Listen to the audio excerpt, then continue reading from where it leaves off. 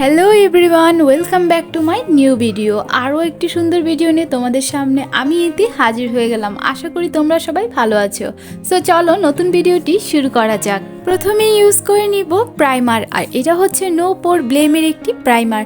আমি কখন কি ইউজ করছি সব কিছুই কিন্তু আমি দেখিয়ে দিচ্ছি, প্লাস আমি নিচে লিখেও দিচ্ছি, তোমরা কিন্তু কেয়ারফুলি দেখবে। এখন পিচ কালারের একটি কালার কারেক্টর দিয়ে আমার ফেসের যে পিগমেন্টেশন প্রবলেমগুলো আছে তা হাইড করে নিব।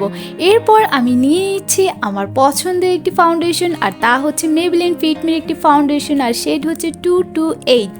এখন একটি ব্রাশ দিয়ে আমি সুন্দরভাবে আস্তে আস্তে ব্লেন্ড করে দিব। তোমরা চাইলে কিন্তু বিউটি স্পঞ্জও ইউজ করতে পারো, বাট ব্রাশ দিয়ে ইউজ করলে কিন্তু সুন্দর একটা কভারেজ পাওয়া যায়। আজকের ভিডিওটি কিন্তু খুবই স্পেশাল, কারণ আমি এই প্রথমবার মারাঠি লুক অথবা গণেশ চতুর্থীর লুকটি ট্রাই করছি।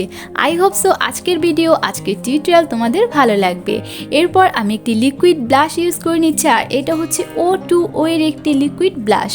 লিকুইড ব্লাশটা আমি আস্তে আস্তে আমার ব্রাশ দিয়ে সুন্দরভাবে ব্লেন্ড করে নিব। হে গাইস, তোমরা যারা যারা এখন আমার ফেসবুক পেজটি ফলো করনি অবশ্যই কিন্তু ফলো করে দিবে, কারণ আমি ছোট ছোট রিলস কিন্তু আপলোড করতেই থাকি।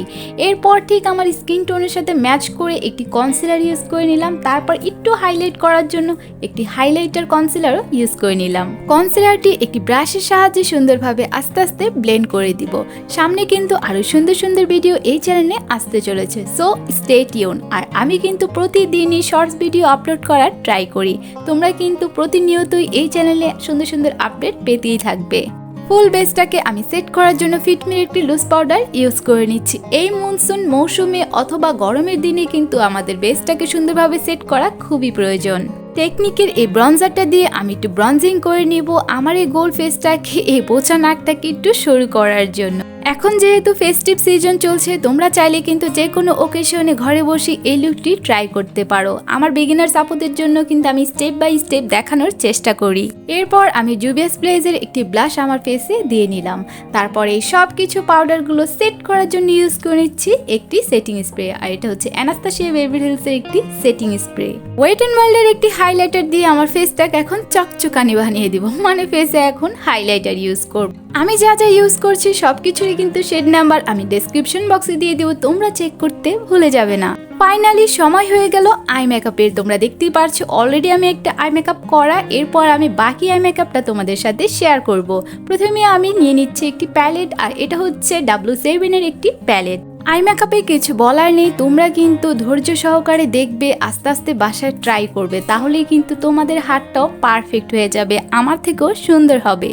এখন আমি কাট ক্রিজটা করে নিচ্ছি একটি কনসিলার দিয়ে। এরপরে আমি গ্লিটার লাইন অ্যান্ড শ্যাডো সব কিছুই ইউজ করে তোমাদের সাথে শেয়ার করব।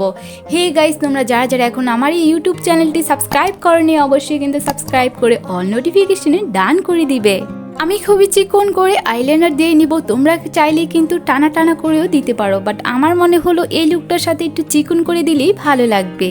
One of my most favourite mascara, আর তা হচ্ছে এসেন্সের এই গ্রিন মাস্কারাটি। তোমাদের কার কার ফেভারিট বা কে কি ইউজ করেছো বা করনি অবশ্যই কিন্তু কমেন্ট ডাউনে জানাতে ভুলে যাবে না। একই সাথে চোখের লোয়ার লাইনের কাজটাও সেরে ফেলবো। তারপরে চোখের ইনার কর্নার এবং আইব্রো বনে হাইলাইটার ইউজ করে নিব, একই হাইলাইটার। এরই সাথে শেষ হয়ে যাবে আমাদের আই মেকআপ। আজকের এই আই মেকআপটা তোমাদের কার কেমন লাগলো অবশ্যই কিন্তু কমেন্ট ডাউনে জানাতে ভুলে যাবে না। আর আমার বিগিনার সাপোর্টের জন্য কিন্তু হেল্পফুল হলো কিনা তাও জানাতে ভুলবে না।